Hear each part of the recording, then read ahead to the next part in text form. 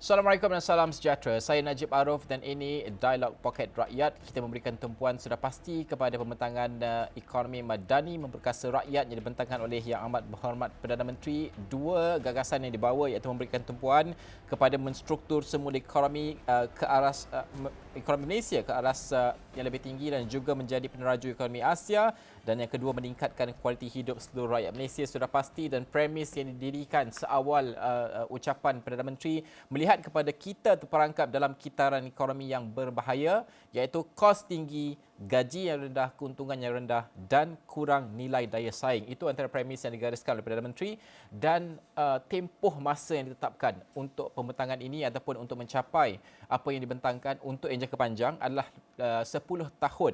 Dan kita melihat bagaimana perincian ini, ada yang jangka sederhana, jangka pendek dan juga jangka panjang, tapi untuk kita melihat keseluruhannya untuk mengangkat Malaysia menjadi kuasa negara ekonomi negara di Asia Tenggara ini, dan pada masa yang sama untuk meningkatkan darjat rakyat itu yang digariskan oleh Perdana Menteri, apa lagi diperlukan dan apa penambahbaikan, dan juga bagaimana untuk kita melihat dasar ataupun perkara yang diumumkan oleh Perdana Menteri ini. Itu yang kita ingin bincangkan dalam episod pada kali ini. Saya berbesar hati ditemani oleh 3 panelis, iaitu yang pertama sekali saya perkenalkan Dr. Nonsari Ahmad Radi, pakar ekonomi. Kita juga ada Profesor Madya Dr. Yusof Saari, Ketua Ekonomi Buruh Kementerian Sumber Manusia dan Emiratis UAE, dan kita ada Liana Abdul Latif, Ketua Pakar Eksekutif Beta Foundation. Terima kasih kerana bersama dengan kami pada waktu ini. Pertama sekali saya terus saja tanya kepada ketiga-tiga panel, bermula dengan Dr. Nonsari terlebih dahulu. Dalam ucapan lebih sedikit 1 jam setengah ini, apa yang menarik perhatian Dr. Nonsari tentang pengumuman ini untuk jangka pendek dan jangka panjang, dan bagaimana ini mengisi kelompongan dan juga ruang dalam ekonomi Malaysia yang ingin diperbaiki ketika ini? Terima kasih.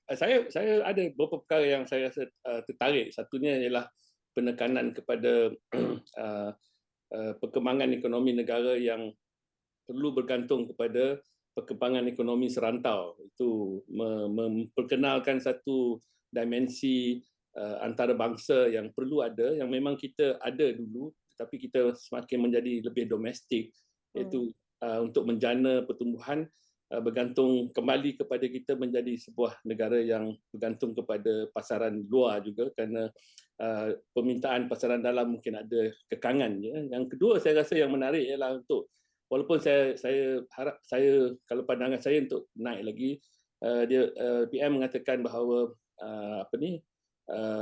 labor share of income dia sasarkan pada 45%. Kalau saya sasarkan tinggi sikit, 50%. Yang ini akan memaksa bahawa kita mesti berdaya saing dan membolehkan mereka membayar upah yang lebih tinggi dan menggunakan teknologi yang lebih tinggi. Yang ketiga ialah, saya ingat secara khusus, ini sebelah penawaran pula untuk mengatakan bahawa mensasarkan penyertaan wanita dalam tenaga buruh untuk naik sehingga 60%. Sekarang ni saya ingat dalam 52-53%. Kerana kita mempunyai ini Liana seronok dengar ni, sebab apa? Sebab kita tak ada masalah dari segi penyertaan kanak-kanak wanita, perempuan ataupun wanita dalam sekolahan. Malah ia lebih baik daripada lelaki. Tetapi penyertaan wanita dalam pasaran buruh adalah rendah secara relatif, dan juga mereka banyak tercicir kemudiannya. Jadi dan kualiti,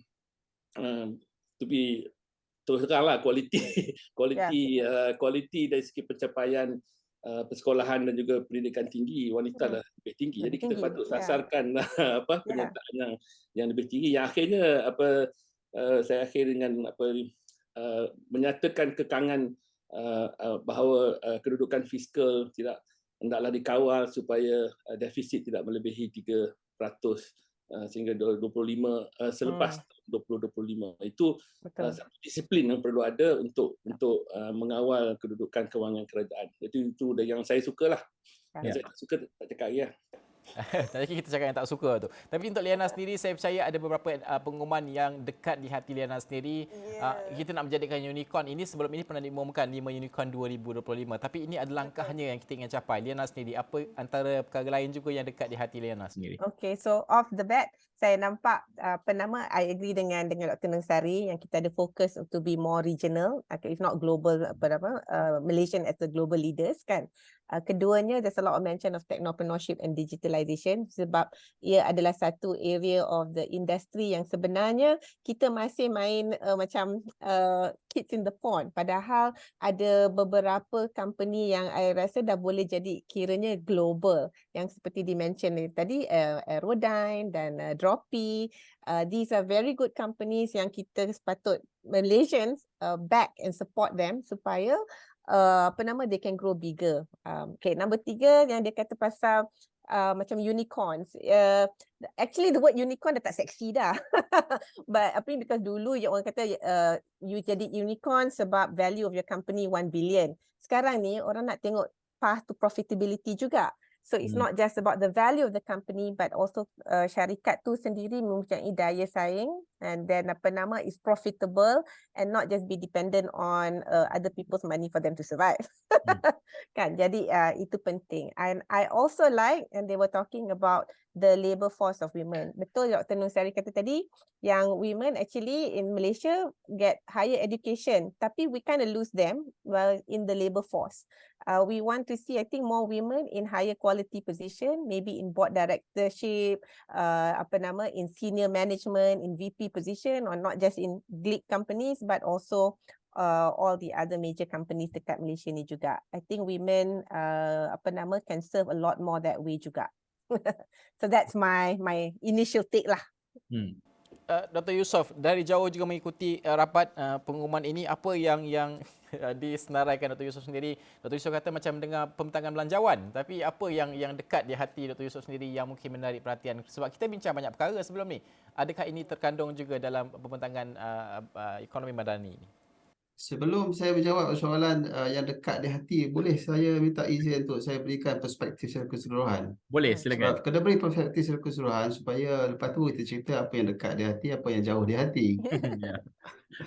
Baik, begini, semalam saya berkesempatan pada Rabu bersama dengan satu segmen pra ekonomi madani bersama dengan Luqman Haris. Pada masa tu saya memang tak ada clueless berkenaan dengan apakah dokumen ataupun perkara yang nak dibentangkan. Pada masa tu saya beri dua perspektif lah. Pertama, saya kemungkinannya ekonomi madaniat ni akan memberikan guiding principle seperti menyatakan teras filosofinya bagaimana untuk ke depan untuk membangun Malaysia. Satu lagi hala tuju baru Malaysia. Tapi apabila saya lihat, walaupun teks ucapan ni ala macam bentangan belanjawan, dengan ada costing apa semua, selalu kan dasar kita tak nyatakan secara costing, tak ada. Tapi kalau ada costing, ada allocation, saya nampak lebih pada itu. Saya kata tadi lebih pada mungkin belanjawan jangka masa panjang kot. Jadi rupanya ia terarah kepada hala tuju baru Malaysia. Apabila media juga menyatakan bahawa, bukan sahaja media, dalam ucapan juga menyatakan yang mana ekonomi madani ini akan menjadi dokumen induk kepada hala tuju peralihan tenaga, pada pelan perindustrian pelan induk perindustrian baru 2030 dan juga rancangan KSP ataupun kajian separuh penggal rakan Malaysia ke-12. Jadi kalau berdasarkan perspektif tersebut, dokumen ni saya melihat dari perspektif ekonomi, saya melihat dia sepatutnya fungsi dia akan jadi seperti mana WKB dokumennya akan berbentuk sebegitu, iaitu wawasan kemakmuran bersama 2030, ataupun kalau kita masih ingat dulu semasa Perdana Menteri yang lepas, iaitu Datuk Seri Najib ada mengeluarkan yang kita panggil new economic model atau model baru ekonomi. Ini dua-dua ni adalah pelan jangka masa panjang yang saya nampak sehingga 2030 dia jadi induk pada yang lain-lain. Tetapi saya lihat dia mungkin agak penyediaan dokumen ni agak terburu-buru mungkin ya. Pada pandangan saya, mungkin pandangan saya ni ramai tak bersetuju, tak apa. Saya buat sesuatu perkara yang saya fikirkan untuk baik untuk negara saya. Saya perlu bercakap kerana apa yang saya rasa betul saya rasa bercakap. Jadi minta maaf kalau dia terasa hati kat luar sana nanti. Kerana saya melihat tadi sebab saya pegang pada pelan induk. Jadi kalau dia menjadi dokumen induk, maka terutamanya pula kita nak mengalihkan perubahan struktur ekonomi. Jadi sudah pastinya perkara-perkara utama dalam perubahan struktur ekonomi itu perlu ada. Bukan tak ada, Najib, ada sebahagiannya memang ada. Contohnya berkenaan dengan penyertaan wanita, berkenaan dengan ekonomi Islam, destinasi pelaburan, semua ada. Tetapi ada juga yang tak ada. Saya perlu honest kat sini, saya perlu ikhlas. Ada yang tak ada dekat sini yang menjadi menghambat, yang menjadi satu hambatan kepada perubahan struktur ekonomi Malaysia. Antaranya kalau yang tak ada dekat sini saya lihat dalam 7 penanda aras yang dinyatakan, seperti 7 penanda aras ni kalau saya faham adalah sasaran yang ingin dicapai. Saya tidak ada senampak sasaran apakah indeks cost of living yang kita mahukan pada 2030. Apakah GDP share PMKS kepada keseluruhan GDP sekarang ni dan 2030 apa yang ada? Income gap juga tidak ada. Income gap yang kita tengok sekarang, income gap semi skill dan juga low skill yang semakin merapat ni, ini membimbangkan keadaannya pun kita tidak ada nyatakan. Begitu juga regional disparity. Maksud regional disparity bukan konteks negara luar tapi dalam konteks Malaysia, di antara Sabah, Sarawak, di antara negeri-negeri di Peninsula Malaysia. Itu yang bagi saya tidak ada. Tetapi kalau secara idealnya, kalau saya beri gambaran, kalau kita selalunya Malaysia ni kita bersandarkan kepada SDG lah 2030 ni kita capai. Jadi selalunya pelan induk kita, pelan jangka masa panjang kita kena ada tema pilarnya, ekonomi, kesejahteraan dan kelestarian alam sekitar. Tapi itu agak berkecamuk dalam pelan ini.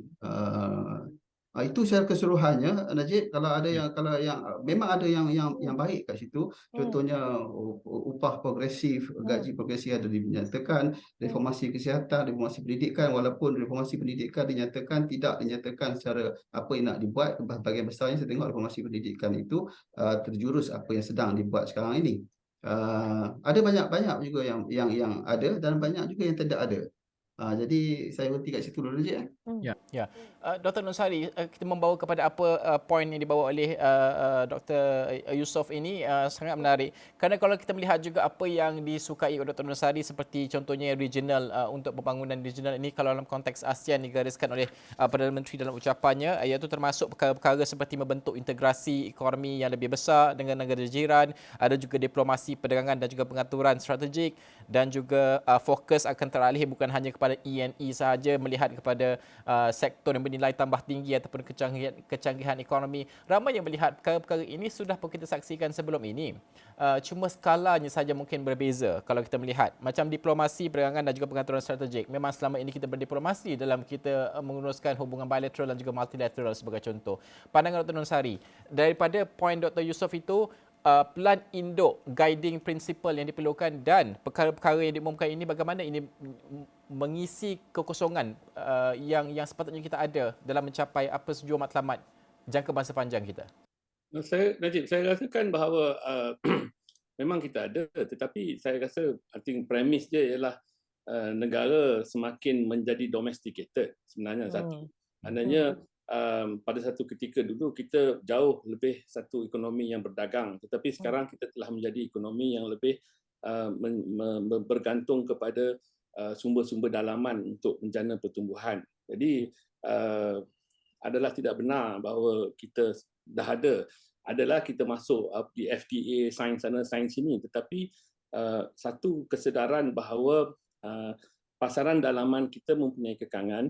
Nombor dua, kita berada dalam satu rantau yang akan bertumbuh dengan pesat. Indonesia, Vietnam, Singapura memang, Thailand dan sebagainya. Jadi kita perlu melihat keluar kerana kita berdepan dengan satu kekangan yang agak serius. Kerana kalau kita lihat pada survey household income survey kita yang terkini, pendapatan isi rumah menengah yang 50% tu cumalah dalam RM6,000. Jadi kalau kita nak menjana pertumbuhan firma baru berdasarkan kepada permintaan dalaman saja, yang mana dicirikan oleh pendapatan isi rumah menengah yang 6,000, sudah tentu kita tidak boleh menjana firma-firma tersebut. Kita kena menjana firma baru selain daripada kelapa sawit, minyak mentah, gas dan sebagainya yang jenis baru dengan mempunyai perspektif bahawa semua PKS pun hendaklah menjadi outward looking, melihat kepada pasaran di sekitaran kita dan melampaui kekangan permintaan di dalam negeri semata-mata. Jadi kalau tidak, kita tidak akan boleh mengubah struktur upah yang agak rendah. Kita lihat bahawa dalam survey wage and salaries, kita lihat bahawa penengah gaji cumalah dalam 2,000 lebih sebulan, dan kita tidak boleh keluar daripada perangkap ini kalau kita tidak meluaskan permintaan, dan permintaan nak dilebarkan dengan mempunyai perspektif serantau, bukan perspektif nasional sahaja.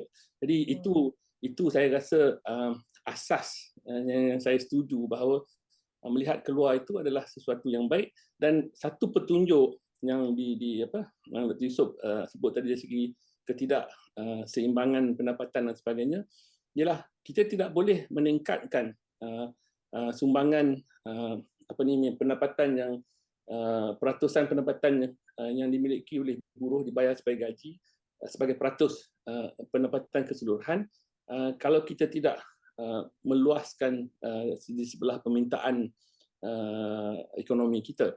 Dan kalau kita tidak boleh yang menjadi jurang yang agak teruk sekarang ini ialah kerana pendapatan rendah, dan orang yang punya pendapatan rendah tidak mampu untuk memiliki aset yang ada kenaikan harga dan menyebabkan jurangnya lebih ini. Jadi kita kena naikkan pendapatan. Nak naikkan pendapatan kena menjana firma-firma baru yang buat benda-benda barulah, bukan kelapa sawit semua ni, construction apa semua ni, dan ianya bergantung kepada kemampuan daya saing firma yang boleh, saya tak mau guna perkataan global lah, kalau boleh jual kat Singapura, jual kat Indonesia, jual kat Thailand, jual kat Vietnam pun cukup besar.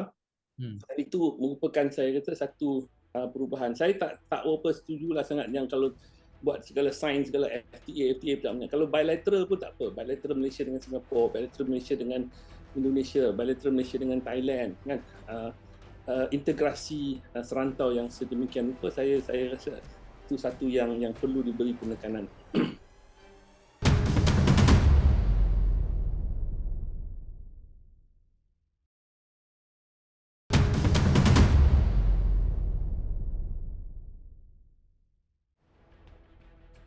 Saya tahu Dr. Yusof mungkin nak beri ulasan sedikit pasal gaji. Sekejap lagi saya bagi ruang soal itu. Tapi kalau nak pergi kepada Liliana, kerana apa yang digariskan oleh dokumen ini adalah menjadi peneraju ekonomi serantau ataupun ekonomi Asia dan Asia Tenggara ini. Sebelum kita mulakan rakaman tadi, Liana menyebut tentang kalau kita melihat kepada syarikat-syarikat seperti Grab dan juga syarikat-syarikat Aerodyne dan sebagainya ni yang dah berkembang pesat dan capai tahap unicorn ni, di belakangnya tu adalah pekerja-pekerja tempatan yang melalui sistem pendidikan kita. Maksudnya kita ada kepakaran tersebut. Untuk menjadi peneraju ekonomi Asia, konteks ekonomi di peringkat serantau ini dah berbeza, tidak seperti dahulu. Banyak cabaran baru yang perlu dihadapi dan juga dimasukkan dalam perancangan kita.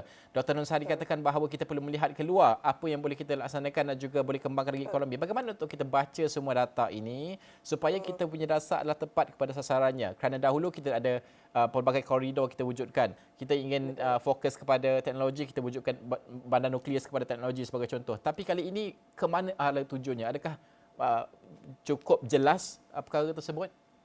I think dia tengok macam input dengan output tau. I think the past 10 years, although I respect the new economic punya model kan, because dia very caring sebenarnya, caring untuk locals, look into the regional punya local regional issues kan. Tapi caring saja tidak mencukupi. We need hard numbers, we need hard cash, we need to increase our GDP, we need to increase our influence and presence competitively dekat dalam negeri, dalam rantau Asia dan juga globally. Jadi coming back kepada mana satu input, mana satu output kan. Yang ini sebenarnya I think is less fluffy lah. This particular Madani punya plan. Tapi it is good yang kita inputkan tadi macam Prof Yusof kata tadi. Jangan lupa pasal kita punya regional gap. Jangan lupa pasal kita punya wage income punya gap. Yang itu patut become our guiding principle. When we look at the plans that we want to execute, benda-benda ni tidak dilupakan. Kat Malaysia ni kita senang lupa. I think we need a national economic dashboard that everybody can see, so that we can see daripada one 10-year plan to another 10-year plan, kita ada increase tak? Jangan it's okay to refer to plans yang 10 tahun atau 20 tahun lalu, because prinsipnya sama. Kita nak rakyat kita maju, kita nak rakyat kita kaya, ya, kita nak ada global meaning. Sekarang ni tak cukup just Malaysian meaning. We need to have a global leadership kan. And Malaysia boleh buat macam tu. And kalau I speak to a lot of foreign businesses, they like to work with Malaysians sebab number one, generally Malaysian punya English is very good. Malaysian are very easy to work with kan. And if you even compare to working with Indonesians tend to be very too patriotic and not as business friendly. We're not as business friendly as the Singaporean, but in general international partners prefer to work with Malaysians any day because of language, cost of living also not so high. So bila kita tengok cost juga, we also have to make sure that the cost of living is also attractive for foreigners to come and invest in our country. Jadi I think it's good that we compare and contrast the previous 10-year plan and the current 10-year plan, find some place in the middle, kan, put it up on the national dashboard, and then allow Malaysian to figure out what to execute. Yang penting within their region, within their sector. Pandailah diorang buat. Okey, saya nak membawa kepada poin apa Liana sebutkan tadi bahawa soal gaji ini dan juga perbezaan pembangunan ekonomi mengikut macam mana kawasan dan negeri ini boleh menjadi guiding principle. Tadi Dr. Yusof juga menyentuh, kalau kita melihat kepada ucapan Perdana Menteri mengatakan bahawa mungkin golongan muda berumur 24 tahun ke bawah, ini antara yang terkesan dari segi gaji bagi separuh pekerja Malaysia kurang daripada RM2,250. Itu datanya. Tetapi pada masa yang sama dari segi jurang itu juga disebutkan bahawa bagi mengurangkan jurang pembangunan antara wilayah serta negeri, kerajaan akan melaksanakan dasar perindustrian mengikut geografi, iaitu pengkhususan aktiviti dan juga pelaburan mengikut wilayah. Dr. Yusof, adakah kedua-dua ini memenuhi perkara yang Dr. Yusof gariskan pada awal perbincangan tadi? Cukupkah ini menjadi guiding principle ataupun lampu yang boleh diikuti oleh industri swasta ataupun mana-mana peringkat sekalipun? Rajit, dua perkara yang disebut tadi, saya setuju memang diperlukan dalam konteks nak mengubah struktur Malaysia, ekonomi Malaysia. Tapi saya cuba nak bagi betulkan perspektif ya, kerana saya mungkin pengalaman saya yang terhad ada terlibat dalam pembuatan berdasar di Malaysia. Kita pegang ekonomi madani ini akan menjadi pelan induk kepada dokumen-dokumen lain.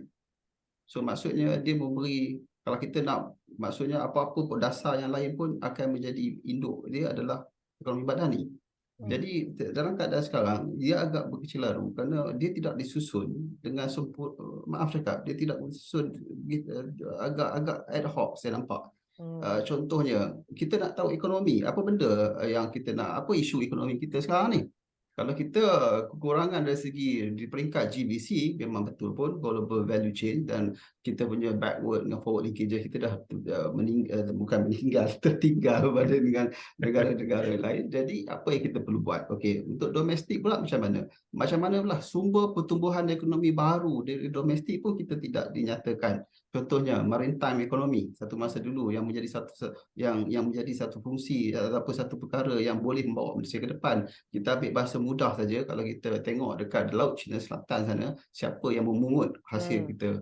Vietnam dan negara lain. Perkara tu kita tidak perkukuhkan di sini. Itu yang saya cuba bagi konteks, kerana pelan ekonomi madani nak jadi induk pada yang lain. Jadi perkara tu perlu ada bagi saya, termasuk juga kesejahteraan, kesejahteraan cita, termasuklah isu gajinya, isu geografinya bagaimanakah bukan isu geografi ni juga sebenarnya kalau kita tengok rancangan Malaysia ke-12 dah ditetapkan, dah ada pun untuk memberi kita panggil state driven lah, ataupun dari segi geografinya kita nak tidak lagi bersenterkan kepada federalism tapi bersenterkan kepada state driven economy.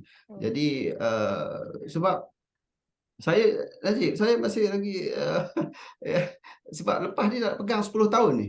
Yeah. Ah, Actually, Prof is correct tau. Kadang-kadang kita punya announcement ni terlalu cepat before the actual preparation. I think I faham yang this akan jadi input kepada it is a Pelan Indo. Pelan Indo is a grand plan and we shouldn't just be announcing secara ad hoc. There must be a plan of action selepas tu. exactly. I remember Setuju. when Lagi satu saya nak tambah Puan, go ahead. pendidikan. Isu pendidikan yang dibangkitkan sini hanya isu berkaitan dengan DVET, demand driven, tapi drop up tu tak disentuh. Drop up tu adalah berkait dengan isu wages juga. Jadi dia berkait habis. Jadi saya imaginekan bila saya ekonomi madani nak dibentangkan, saya imaginekan dashboard depan saya ni dah ada satu struktur, dah satu lompong-lompong mana yang kita nak betulkan. Jadi kita tak ada banyak masa 10 tahun. Jadi kita nak cari key antidotes yang boleh kill penyakit-penyakit ni. Teruskan. Yeah, I mean, Dr. No, we all know, right? When it comes to Pelan Indo, it's very key that the right dasar is stated properly. I remember, and I don't want to bring up the old man, tapi when I was in Standard 6, when we announced Vision 2020, even budak yang darjah 6 pun boleh faham, because it came with the announcement came immediately after that, a plan of action that was very clear. All the government sectors macam tahu apa nak buat. And I was also there when we announced MSc. The preparation before the announcement of MSc was at least 5 years before that. All the sectors already know. By the time it was announced, it was just in execution mode and everybody was wow. Jadi, but I believe sometimes we live in a very fast-paced world sekarang ni dengan social media and whatnot kan. Sometimes we are forced to say things ahead of time. But again, this is dasar negara. I like the snippets. Maybe it's a teaser to something after the state election. I don't know. I think macam apa? Macam I think Prof Yusof nak dia apa? Betul lah tu. Kita nak actually satu destinasi, satu ambition, satu direction, tetapi perincian tentang macam mana nak pergi tu kena dikhususkan lagi lah oleh kementerian-kementerian. Macam petang ni ada apa, the long term energy transition plan, betul itu ada kait dengan fiskal dan sebagainya. Tapi at the same time, pada masa yang sama saya fikir actually kita ada plan daripada dasar ekonomi baru, dasar pembangunan negara, dasar wawasan 2020, model ekonomi baru. Jadi macam-macam sasaran ada, tetapi tak semuanya tak tercapai. Kan? Kita masih we mean halfway lah. It's not it's not completely bad. So maknanya satu daripada, I think saya setuju dengan Dr. Yusof dari segi apabila yang ucapan tadi tu, apabila dia masuk into the details, jangka panjang punya vision punya perkara dengan example Esok cakap macam elemen budget tu, which is short term. Jadi dia mengelirukan gambaran keseluruhan lah. Tapi kalau dia tak ada masuk elemen-elemen yang macam budget tu, dia cuma memberi arah tuju dan kata lepas ni semua menteri announce, dia clear sikit. Betul. Lebih daripada itu, tapi saya nak kata salah satu daripada inovasi lah dari segi perancangan polisi dan sebagainya ialah this whole kaedah atau pendekatan perancangan ni, macam mana kita nak buat kan. Setakat ni kita dah buat macam ni lah, rancangan Malaysia, lepas tu ada outline perspective plan, and then kita dah ada dasar yang mana kerajaan ada aktif dalam dasar perindustrian, macam-macam yang kita buat. Tapi lepas tu saya satu yang tak dapat, saya tengok tak dapat perhatian yang ditekankan dalam, yang disebut dalam ucapan tapi tak ada dalam grafik ni, ialah memperkasakan sedikit sektor ketiga, I mean, private sector, government. Tapi sektor ketiga, I think dia berpandukan kepada pengalaman semasa banjir 2021, masa PKP apa semua. Kita punya civil service sector, social business and so on, I think ada disebut tapi tak dapat tangkap. I think kita kena kata, kalau kerajaan nak buat pun tak boleh kedudukan fiskal teruk. Private sector nak buat pun kadang-kadang dia ada tersangkut. Jadi kita buat tiang lagi satu, tiang apa? Tiang civil society punya tiang kan, non-profit punya tiang. I think yang tu adalah satu saya kata satulah, tapi dia itulah sebab saya setuju dengan Dr. Yusof lah, kalau banyak sangat masuk last kali benda yang structural long term dia tenggelam dengan, dia campur aduk dengan benda yang Dato' Nong, Ajib, senyap. Saya nak respon sebab boleh. Minum siap. Dato' Nong, saya setuju kerana memang salah satu kita semua, saya semua perasan dasar kita ni, masalah dia dasar semua baik-baik. Dasar tu pembuatan dasar tu melalui proses yang jitu. Cuma yang menjadi persoalan dia, kenapa outcome dia tidak sama seperti apa disasarkan adalah implementation lah. Jadi kalau saya lebih setuju, instead of dia dokumen ekonomi madani ni, instead of kita bagi tahu pelasaran dia, kita bagi tahu allocation sekian-sekian, saya lebih suka kalau kita bagi guiding principle. Macam mana nak ubah ni, nak buat innovation ni, macam mana nak buat. And leave it to the people to figure it out. At least itu lebih lebih inovasi lah.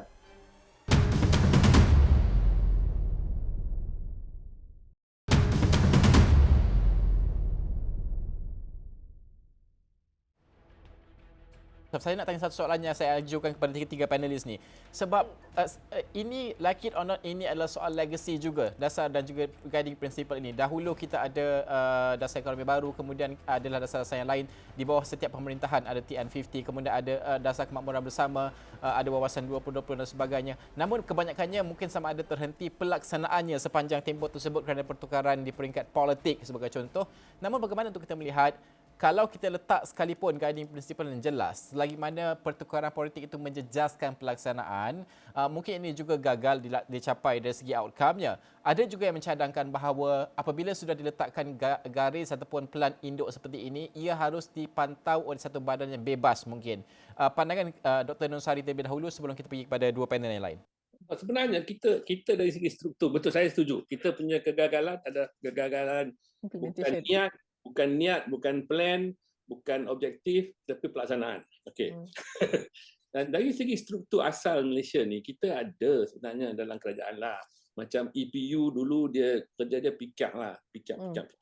Betul, Central Agency pikak. And then perbendaharaan cari duit. And then ICU memantau pelaksanaan. Tetapi somehow dah ada jadi tak apa kelang kabut, because bila tak dulu kita pakai pemandu lah sekejap kan. Jadi ICU macam kerja dia pemandu buat. Betul, EPU pula banyak kerajaan pakai konsultan, EPU tak jadi macam central agency yang ni. Jadi saya rasa untuk pemantauan pelaksanaan kita kukuhkan baliklah ICU tu sebagai satu central agency. Dia nama dia pun Implementation and Coordination Unit kan, Jabatan Perdana Menteri. Jadi kalau kita transformasikan ICU dan ICU menjadi badan induk pemantauan pelaksanaan, watchdog yang boleh pukul semua orang dia ni, dan dia dengan perbendaharaan dengan EPU kerjasama, kita tak boleh kata kalau badan kerajaan ni tak jalan kita ambil bubuh kat luar, tak boleh lah. Jadi kita kena bangunkan kemampuan dia, suruh dia buat. Jadi saya mungkin saya dah tua sikit kot, saya fikir struktur tu dah ada, tinggal ni kita tak pakai dan kita biar dia lemah dan kita bubuh benda lain. Sekarang perlu diperkukuhkan balik, dibangunkan kemampuan dia dan ditugaskan dia, macam Prof Yusof cakap tadi, kena ada dashboard yang ni KPI, not overlapping one agency to another. Tak dipukul bagi jalan, tak payah banyak-banyak pun. Fokus. Labor, wages, competitiveness, education, distribution, kan ada semua tu, tapi telah pakai balik. Saya tak setuju kalau tak jalan ambil struktur lain bubuh kat atas. Kita kena guna balik apa yang dah ada. Yang sekarang punya buat, kita bayar gaji pun dah. Dr. Yusof. saya. Hmm. Saya bersetuju dengan pandangan Dr. Cuma saya nak beri perspektif yang mungkin cadangan tambahan mungkin. Memang dalam pengalaman kat Malaysia ni tengok ni, ada je perubahan kepimpinan, ada je perubahan dokumen. Walaupun Instant change. walaupun dokumen tu nak print esok lusa dah ni. Tukar orang, tukar juga habis, tak print lagi. Menu kos sangat tinggi lah kalau dalam ekonomi dah tengok. Nak print. Saya nampak kalau kita tak macam negara maju yang mana dasar dia dah jadi dasar nasional, dia dah jadi dasar negara. Dasar negara, siapa saja yang naik selepas tu dia teruskan saja. Yes. Dia tidak ada perubahan itu. Perubahan ini yang ni menyebabkan kadang-kadang pegawai kerajaan pun nak faham pun susah. Kesian diorang. Kesian kejap-kejap macam ni, kejap macam mana. Mungkinkah kalau kita perlu satu akta, saya tidak pastilah dari segi perundangannya, atau perlukan satu akta yang menyatakan bahawa bila dokumen tersebut jadi dokumen nasional, siapa saja yang pemerintah teruskan. Cuma tidak boleh diubah. Cuma kita jadikan dia sebagai live document. Kalau ada perubahan tambah baik, dia tambah baik. Tapi tidaklah mengubah keseluruhannya sehingga yang menyebabkan apa yang baik kita tak laksanakan disebabkan oleh perbezaan parti politik. Yang ini Dr. Noor saya panggil ini sebagai paradok dasar politik. Contoh GST satu benda yang baik, ekonomi semua kata jenis benda baik. So sekarang ni kenapa kita tak sebab dalam reform kita, kalau kita nampak ke depan ni, salah satu reform pencukaian fiskal kita tak ada jalan lain. Kita kena pergi ke VAT juga. Maybe some of this dasar kena ada memang the national vote, rakyat wants it. Tak kisahlah which administration yang jalankan. And then mungkin kalau kita ada that live dashboard, jadi from one kerajaan to another dia ada leaderboard. Siapa yang contribute ke paling banyak? Macam hari tu gaduh siapa? Macam contribute. Macam Dr. Yusof cakap tu betul. Tapi kalau kita tak biasa guna institusi perundangan. Macam kalau ada Fiscal Responsibility Act kan, ACTA, yang mengenakan sekatan-sekatan ukuran-ukuran pinjaman banyak mana, defisit banyak mana. Jadi sebenarnya rakyat yang menentukan kan, Dewan Rakyat. Jadi kita buat dasar yang dimiliki oleh eksekutif. Yes. Bila eksekutif tukar, dia bukan dalam bentuk hasil perundangan kan. Jadi mungkin itu dicarakan Dr. Yusof tu saya setuju. Tak tahulah macam mana nak membentuk satu kerangka perundangan yang mengikat kerajaan mana pun untuk melaksanakan, melainkan dia pergi balik ke Parlimen, dia tukar. Betul. Yang tu fair lah. Apa yang Dewan Rakyat nak tukar, dia tukar kan. Kita dah penat, Dr. Noor. Penat. Saya kita sendiri pun penat. Pegawai kerajaan apatah lagi penat. Brexit pun orang vote. Saya nak tanya pasal measurement. Kerana ini penting. Tempoh 10 tahun diletakkan. Kalau kita melihat kepada apa yang ingin dicapai ni, tempoh 10 tahun tu macam pendek kita dengar. Tapi measurement ni bagaimana untuk diukur? Kalau dasar sebelum ini, pemerintahan seperti contoh yang kedua lama ni, Datuk Seri Najib contohnya, apabila ETP, GTP, setiap kuarter itu diumumkan pencapaian setakat itu. Apa lagi moving forward contohnya. Tapi bagaimana untuk kita melihat measurement seperti ini harus diketengahkan lagi. Kerana satu, bukan sahaja rakyat perlu tahu, tapi juga kita ingin tahu kedudukan sebenar supaya kalau ada kelompongan di sesuatu kawasan tu adalah tempat penambahbaikan. Seperti yang Dr. Yusof katakan tadi, live document ni dari sukuan tu boleh ditambah baik. Tak perlu kita tunggu akhir tahun baru nak tambah baik dan sebagainya. Bagaimana untuk kita melihat? Saya nak mula dengan Liana terlebih dahulu. With digitalization, of course you can do it. To prepare the dashboard and whatnot. Just put it in the right EPU unit or ICU unit. Itulah yang semua orang boleh tengok and and contribute. And when we were talking about also what do you call it, framework where academic, policy makers, private sector and civil society can all contribute. They call it quadruple helix or triple helix, kan? That should be that kind of platform, a national platform where everybody can contribute. And if you have if you are really contributing, you can contribute to the data, kan? Yeah. Dr. Yusof, macam mana nak mengukur ni Dr. Yusof? Kita suka bab mengukur sebab tadi Yusof katakan bahawa kadangnya outcome ni tak tahu ke mana. Kau nak mengukur tu macam mana keadaannya ni? nampak pengukuran tu jadi satu Satu masalah. masalah. Memang sejuk tadi digitalization satu option, dan saya sama juga dalam perjalanan tadbir urus sekarang pun kita dah ada cara sukuan data-data yang dibentangkan Real time oleh lagi. pihak kerajaan, dan sama juga bajet tahunan tu adalah satu indikator betul perkembangan ekonomi. Untuk medium term kita ada rancangan Malaysia ke-12, rancangan Malaysia 13 dan seterusnya. Dan saya tak nampak jadi satu isu untuk pengukuran tersebut, Najib. Betul. Cuma kalau sebut pasal pengukuran, tadi saya sempat sentuh. Jadi saya sebenarnya bila daripada awal apabila konsep Madani diperkenalkan awal tahun ni lah, awal tahun ni. Betul ni, yes. Saya teruja nak tengok adakah ia sekadar falsafah ataupun falsafah yang diterjemahkan sesuatu benda yang measurable, yang boleh diukur. Jadi kalau saya lagi cantik kerana dokumen ni kalau ditentukan apakah indikator so called indikator Madani itu sendiri. Mungkin kalau ada yang itu, bagi saya satu benda yang perkara yang sangat elok dan unik lah, tapi tak ada kan, tak apalah, mungkin akan datang. Ada dah sikit tadi tu dalam dia kata dia punya yardstick, whether kita tangga ke-10 ke tangga ke-25. Itu pengukuran biasa.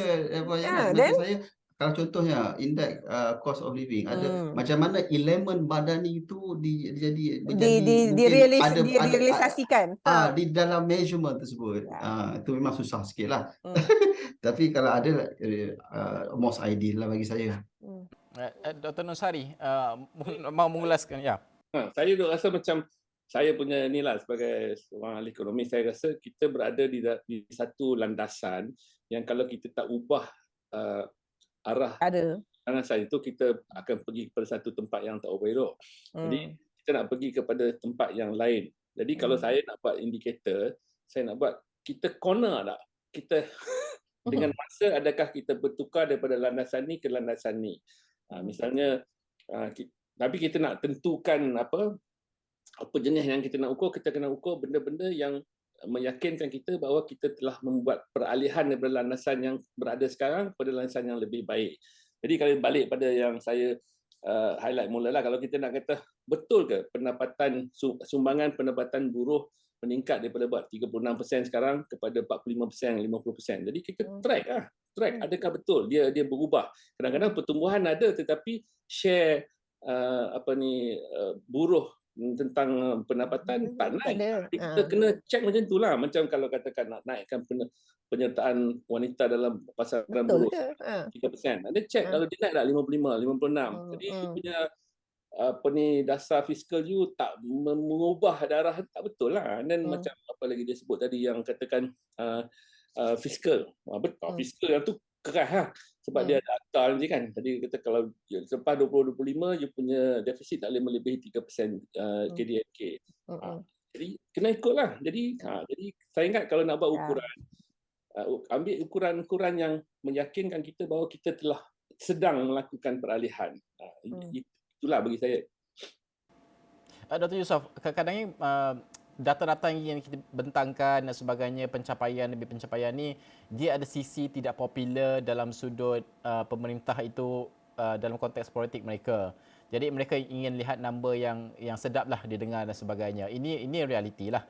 Tapi pada masa sama, seperti Dr. Nur sebutkan tadi, kita kena comparekan juga dengan realiti di bawah. Kalau kita kata KDNK kita pada angka sekian-sekian, orang di bawah masih lagi struggle untuk put the food on their table pun, dia tak menjadi gambaran realiti sebenar. Bagaimana untuk cantumkan kedua-dua ni, Dr. Yusof?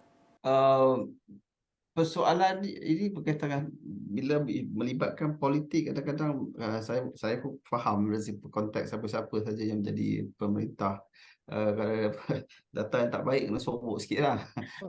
cerita yang baik. Tapi bagi saya, baik cerita benda tak baik sekarang daripada akan datang.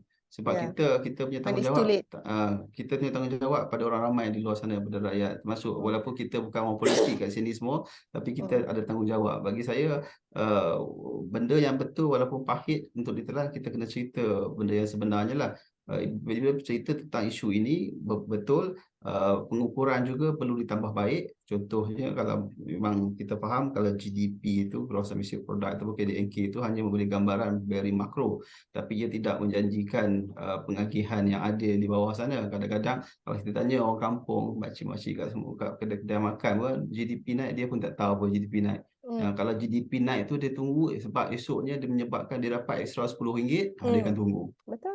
Itulah Betul. benda yang simple analogi Yeah. lah And Najib. I think also Najib, we have to trust our rakyat juga. Sometimes the kerajaan think that they're doing a favor by hiding all the bad things. But actually, because we have smarter people now, and the more they know, the better that everybody can contribute to fixing the problem. Half the time we don't know. And then we're surprised.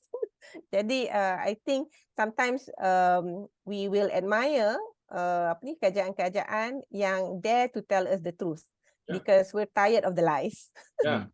Dr. Nosari, sebelum menutup diskusi ini, ketika pandemik melanda dunia, kita di peringkat global mengatakan bahawa the great reset, contohnya lah sekarang ini, dan ramai mengatakan bahawa inilah masanya, kalau sebab kita dah berdepan ke sekarang, inilah masanya nak telan semua ubat pahit, yang mana ubah struktur, ubah sekarang, memang sakit nak makan ubat ni, tapi untuk jangka masa panjang yang baik perlu makan ubat ni, contohnya lah.